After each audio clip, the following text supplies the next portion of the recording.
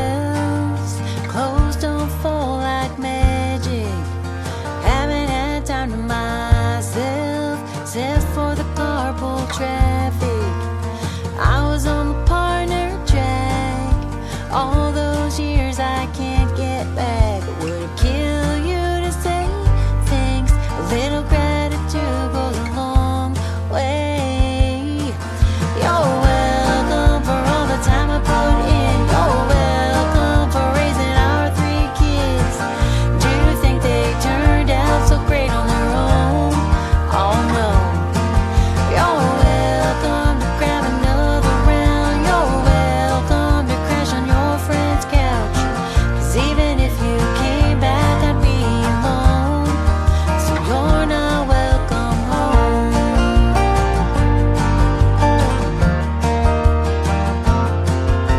You don't take time to hold me. You never seem to be around.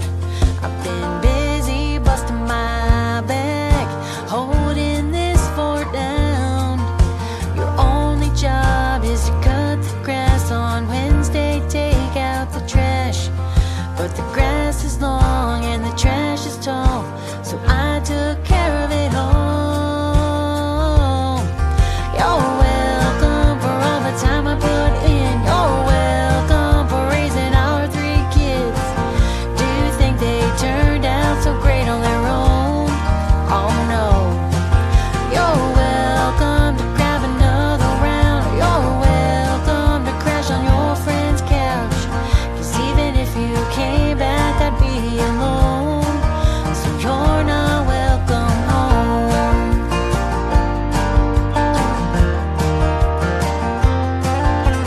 Did you forget we made some vows in sickness and health? So where are you now? You're welcome for all the time I put in. You're welcome for raising our 3 kids. Do you think they turned out so great on their own? Oh no, no. You're welcome to grab another round. You're welcome to crash on your friend's couch. 'Cause even if you came back, I'd be alone. So you're not welcome home. You're not welcome home. You're not welcome home. What's up, Eager to Pleasers? Welcome back to another episode of the Eager to Please podcast. I can't believe how quickly this year's flying. We've talked about so much in the past 42 episodes and have been on quite a journey together. If there's one thing I hope these episodes have accomplished, it's that they've brought you comfort in knowing that you're not alone and that there's an entire community of individuals just like you who are going through it too. Something we haven't talked about yet, though, is anger and resentment. If the song you just heard, Welcome Home, didn't make it clear, that was the truest expression of those emotions. I wrote that song well before my divorce with Joy Hannah and Claire Assad, but those words describe so perfectly what I was experiencing as a stay-at-home mom who had lost her way, feeling alone, isolated, and without the narrative to describe what I was feeling so I could ask for help. It took years for those feelings of anger and resentment to build up, and I began to wonder, how did we get here in the first place? We wanted to get married and have a family. We both decided together that I was going to be the one to stay at home and take care of the kids and the house and everything else, because after all, childcare for 3 kids is insanely expensive. But I had no idea the toll it would take on me. Over time, we became too comfortable with the roles that we each fell into, and the division of emotional, physical, and mental labor became extremely imbalanced. My ex-husband would get to go off to work, detach himself from the chaos that ensued each day, have conversations with adults that didn't revolve around diaper changes, feeding schedules, nap times, and play dates, and I would be left feeling like I was carrying the weight of the world on my shoulders. There was no way for me to let any balls drop, because that was my responsibility. If one dropped, there's no telling how many others would fall shortly after. The amount of time and effort I was spending on running our lives so that everyone was content left little to no time for me to even go to the bathroom without someone knocking on the door or yelling my name because someone needed something. No one understands, unless you're the one doing it, the amount of planning and mental effort it takes to continually keep up with the next thing that needs to be done. Constantly thinking ahead, constantly planning. Sure, I would write myself lists, but life was always shifting, and I felt like I was in this game of whack-a-mole. When one thing got crossed off, 3 more things got added. One kid's turning 10 in a few months, so is her wellness visit scheduled? Oh, Christmas is just around the corner, so I should probably figure out where we want to get pictures, plan outfits, and pick up stamps so I can mail the cards. Crap! We're out of bread again. Guess I need to figure out how I'm going to have time to grab another loaf today so I can get lunches packed.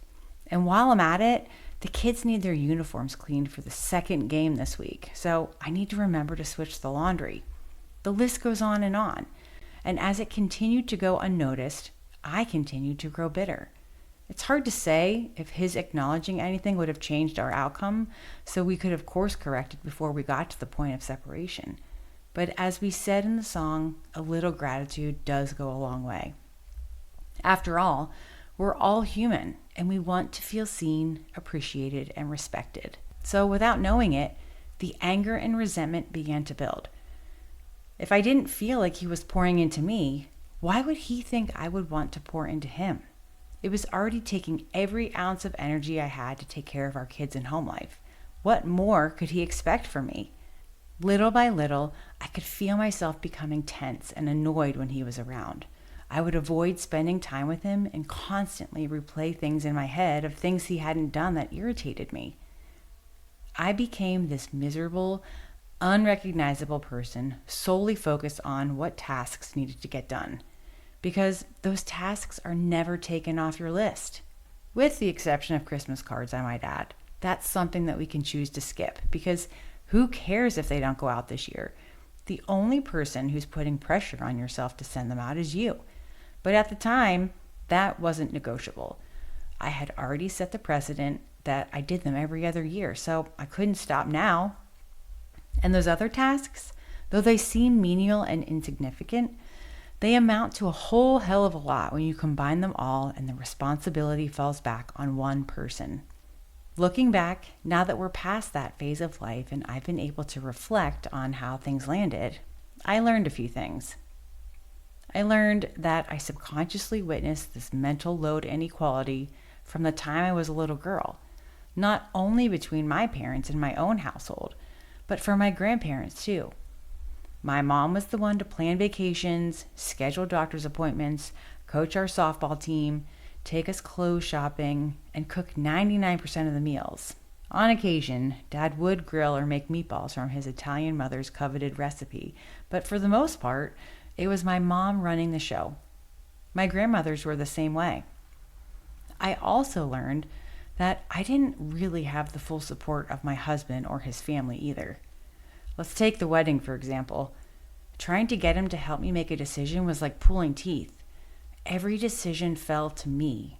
And while most women would think that's paradise, I actually wanted him to actively participate in the planning. His response would be, "I don't care, Natalie. I just want you to be happy, so you decide." But I'm asking for your opinion. Do you want a black tux or a brown one? I picked out everything from the flowers to the colors to the DJ and food at the reception. Never mind the fact that we were living on the West Coast and planning for a wedding that was to be held on the opposite side of the country. That added an entirely whole new element of stress. But even before the wedding, I never truly felt like I was supported by my husband's family. We'd taken the long, slow approach to tying the knot because we dated for 2 years, we were engaged for 2 years, and then we finally said I do.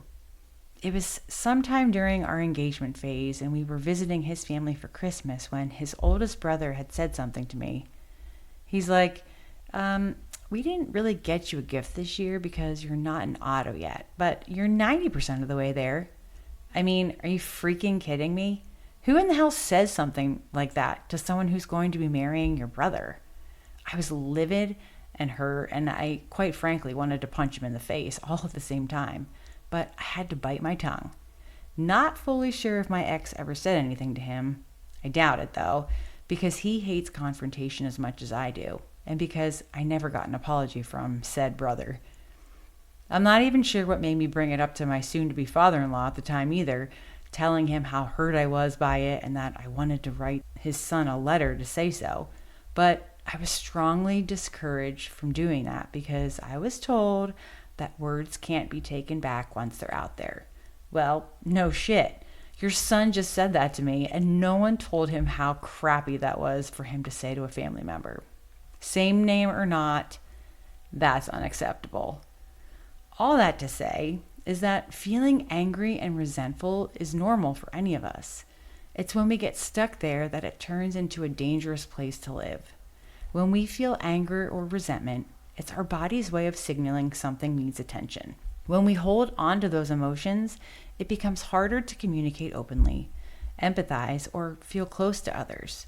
And by holding grudges or replaying past hurts, it keeps our minds trapped in negativity. From firsthand experience, I'm telling you, not only was it exhausting, but it prevented me from enjoying being in the moment. My focus was always on what was wrong, making it difficult to see solutions, having any opportunity to grow, or to see the good that might still exist in a situation. It's no wonder my stress levels were through the roof and I couldn't sleep. But most importantly, when anger and resentment take root, it becomes harder to forgive. And let me be clear, that's not to say you excuse what happened, but it allows you to give yourself grace to release the emotional weight it carries. I hope today's episode brings you peace and clarity, and that whatever anger and resentment you've been death gripping, you're able to look it straight in the eyes, then release it, because there's no better feeling than letting go of all that baggage. I hope to see you back here for the next episode. Until then, have a great week. So eager to